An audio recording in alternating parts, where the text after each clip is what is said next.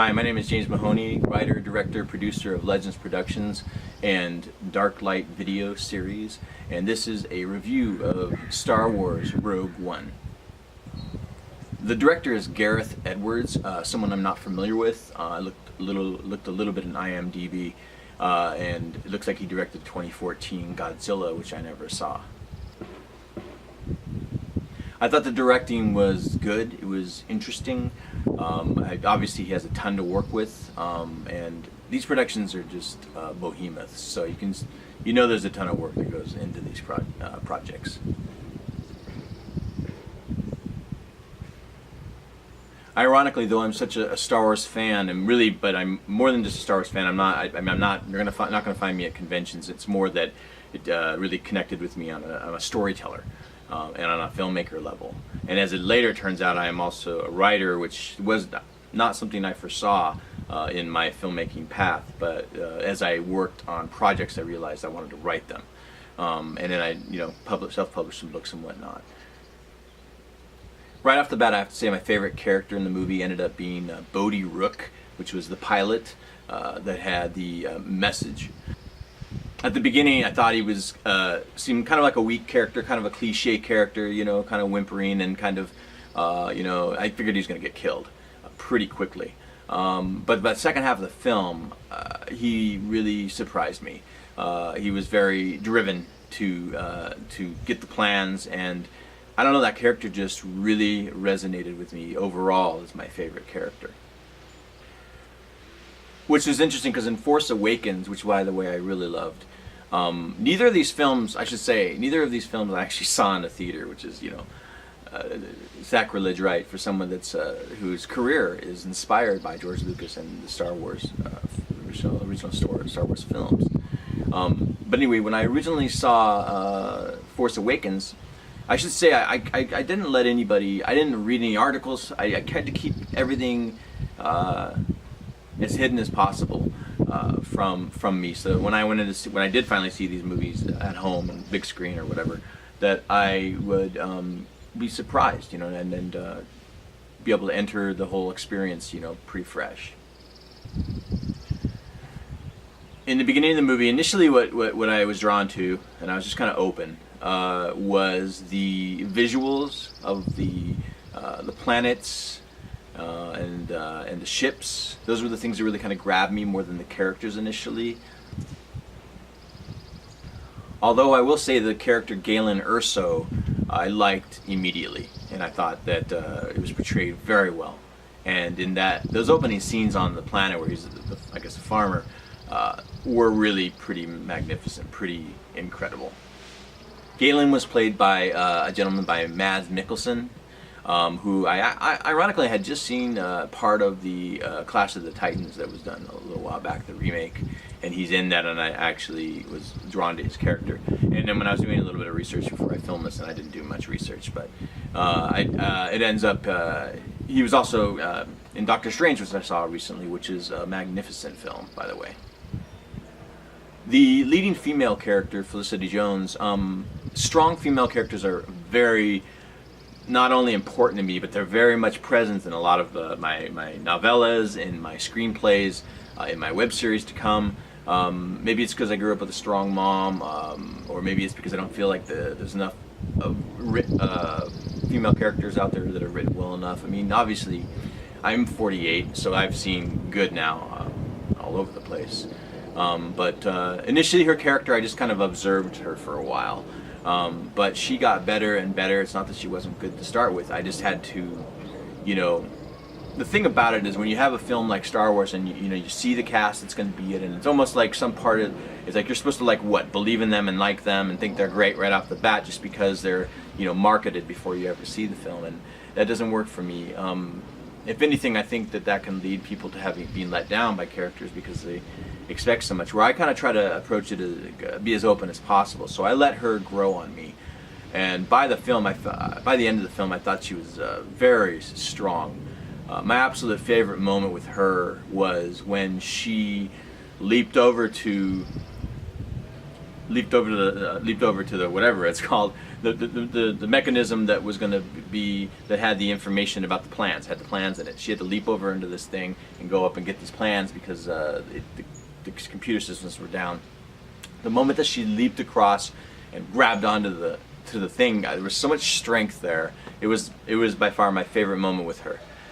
Oh, really quickly, a spoiler alert. I'm going to be talking pretty open about this movie, and I know that pretty much everyone on the planet, that's not true. A lot of people on this planet have seen it and know it and everything else, but definitely spoiler alerts. If you have not seen this film and do not want to know any particulars of it, do not watch this video, because I'm being pretty open.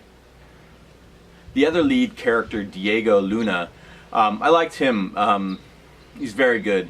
You know, my mom actually pointed out, I think he was in Open Range. He was good in that too. But the thing I liked about him was he was kind of a shady character, and I mean that seems an obvious description, but he was you know, right off the bat they kind of show him kill somebody, and you're kind of thinking, okay, this guy's not lawful good, to use Dungeons and Dragons terms. But at the same time, I felt like he probably was neutral good. He was supposed to kill Galen Erso, and you know, which was her father, and he was very conflicted. And I thought that whole part about the fact that he was supposed to kill Galen, and that he liked Jin, and that was done very, very well, very, very naturally, and the fact that he couldn't pull the trigger was perfect. I also love that scene where he's confronted by Jin.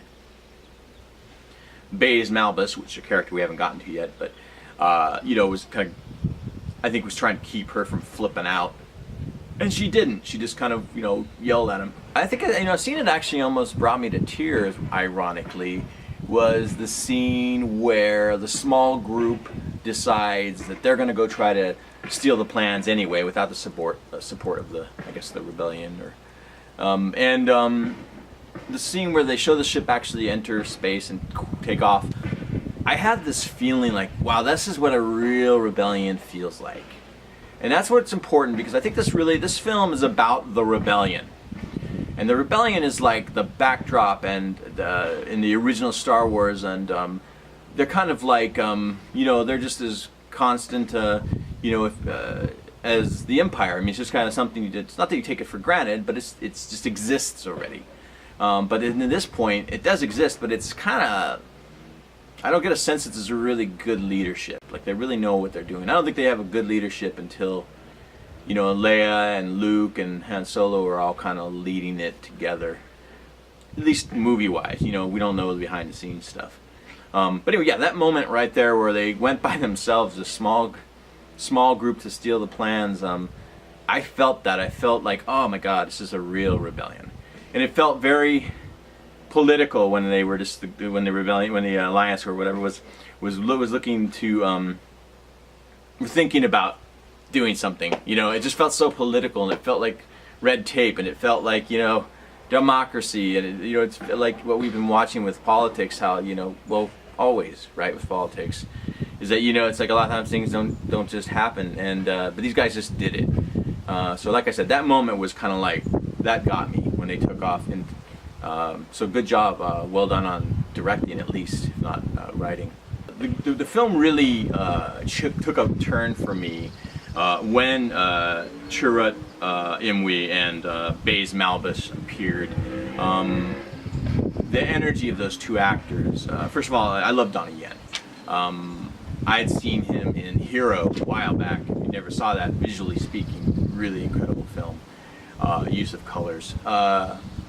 Anyway, he was a character called Sky, and he was an amazing. He was my favorite part of that film. So I didn't even realize he was in Rogue One. I mean, the actor looks familiar to me, but like I said, I really haven't been, you know, looking and watching this stuff. I really just wanted to enter into this, and just as soon as I got into it, I went, oh my God, it's Donnie Yen. I was like, that guy's amazing. So his character was awesome, and obviously him believing in the Force and kind of seeming to be able to kind of feel it. That was a solid thing that they put in the film.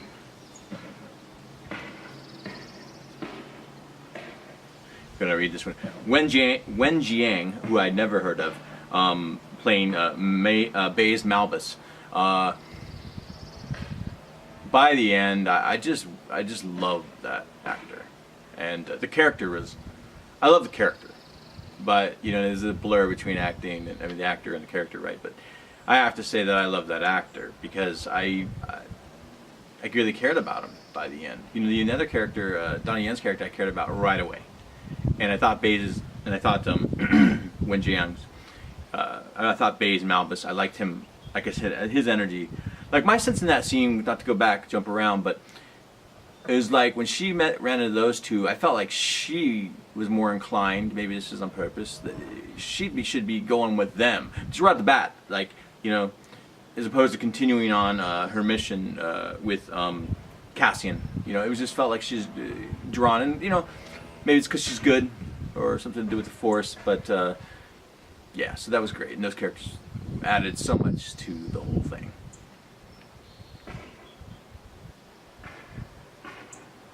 I've never really been a Forrest Whitaker fan.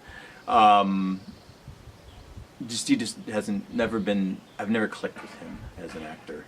I will say, in Good Morning Vietnam, which is an older film, Robin Williams, amazing.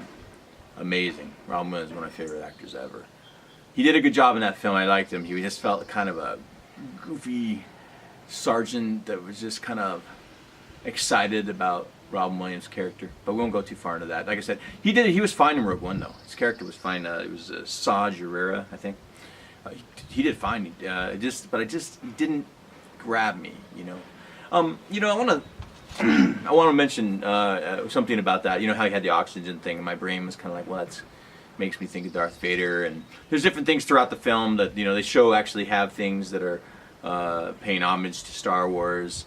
And like like the bar, like her running into the bumping shoulders with a couple characters that were in the tavern from the original Star Wars, and things like that. Amazing. I mean, I think it's part of this whole new franchise of films is that they have so much homage going on, but not to a distracting point. And I think it's a really good thing. I do want to say this though: Darth Vader is my favorite villain of all time.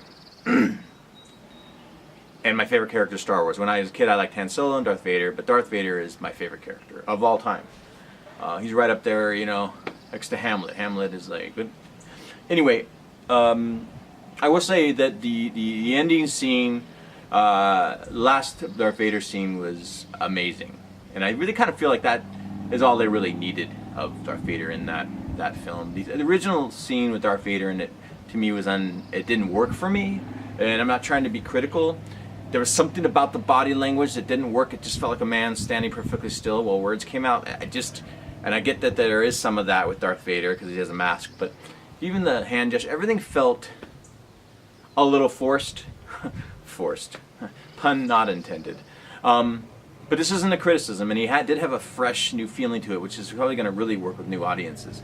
But for me, as an older, somebody who's been following all along, for me, that scene didn't really work for me, and didn't cause a problem either. But the scene where he, you know, was going after the plans at the very end was just amazing. So yeah, I am glad that he was in it. Something I knew that this movie had to do with the Death Star and stuff like that. I didn't know that it was literally a prequel to the first Star Wars film, Chapter 4. And so that to me was the surprise that I didn't expect, you know, which is really an amazing thing. And one of the things for me is when I went, this movie for me was heartbreaking. Those are the first words that come to mind when I think of what do I think of Rogue One. It was heartbreaking, you know. But I have to say that Revenge of the Sith was also heartbreaking. Revenge of the Sith was like an opera. The whole thing was like a treacherous opera, and I feel that this movie, I mean, you really, you know, they drive home the point that you know, as in the original Star Wars said, that many lives were lost getting us this information in regards to the Death Star plans, and you really, you know, they fulfilled that part of the story, right? I really think, you know, they killed everybody. But I definitely found myself not wanting the couple, the two sitting there in the light as the planet was about to be destroyed. I didn't really want those two to die. I really started to like the female character. Oh, this is a great female character. She could definitely be used in other things. You know, that's me as the writer too, though.